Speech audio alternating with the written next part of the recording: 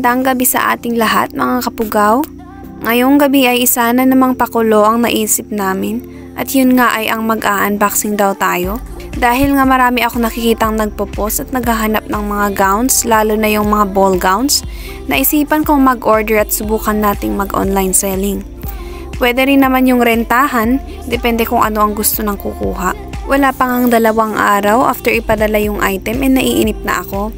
Excited ako masyado.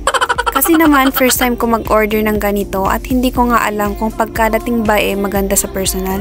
Feeling ko naman magaganda kasi nakikita ko naman sa live selling nila, pinapakita pa nila lahat ng details bago pinapamine. At nag-umpisa na nga kaming mag-unbox. Ewan ko kung unboxing ang tawag dito kasi hindi naman siya nakabox. Hindi yata unboxing ang tawag dito kundi unwrapping. Pagtanggal sa pagkakapal-kapal na packing tape. Charis. Nakabalot lang siya sa kapote at pinaikutan ng makapal na packing tape kaya naman hirap na hirap kami magtanggal. Gigil na gigil kaya wala pang 2 minuto ayan sinusuot na agad. O diba? Pack! Gown number 1. Maganda to sa mga magdedebut kaya yung mga celebrants natin dyan bilhin nyo na. Ay wala pala kaming kasamang rarampa mamaya kaya kami na ang mag-feeling model.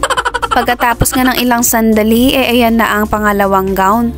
Maganda rin naman kahit papano. Itatabi muna namin para isahan na ang pagsusuot pagkatapos mag-unbox. Gown number 3. Oh, pack maganda rin. Naiiyak talaga ako. Napapaisip na lang sana naranasan ko ring mag-debut. Sana ngayon na lang no? Kahit walang debut at least may pa-photoshoot man lang suot-suot ang mga gowns na to. Gown number 4. Sa panlimang gown maganda rin. Ang gaganda lahat parang kami. Charis! Magaganda rin yung tela. Makakapal. Partida, wala pa kaming suot na petticoat dyan pero nagbabalon talaga siya. Yan naman ang ika-6. Maganda rin naman kung titignan. At syempre, yan ang panghuli. At ayan, sa wakas tapos na ang pag-a-unbox. At hindi nga kami nagpatumpik-tumpik pa. Syempre, sinuot na namin.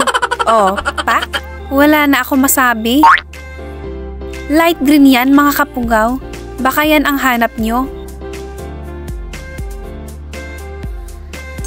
Kulay cream yan mga kapugaw.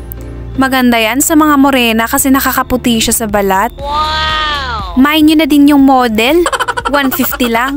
Charis. Eto din maganda.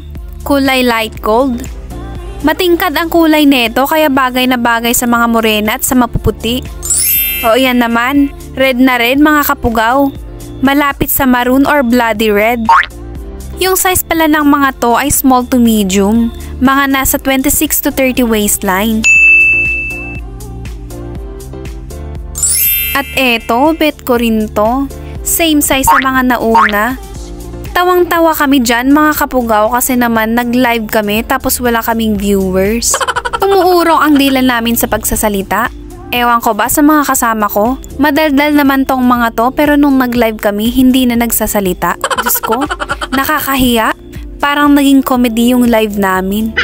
Pero kahit ganun, at least na-try namin. At eto, kulay mocha naman. Same size sa mga nauna. Sobrang ganda talaga nito, hindi masasayang ang pera mo, Day. Sinasabi ko lang kaya bumili na kayo. Maganda rin to. Kung ako lang talaga ang magdedebut, kukuha talaga ako kahit isa sa mga to. Wala na akong masabi. Basta, pretty. For more video updates, please follow this page.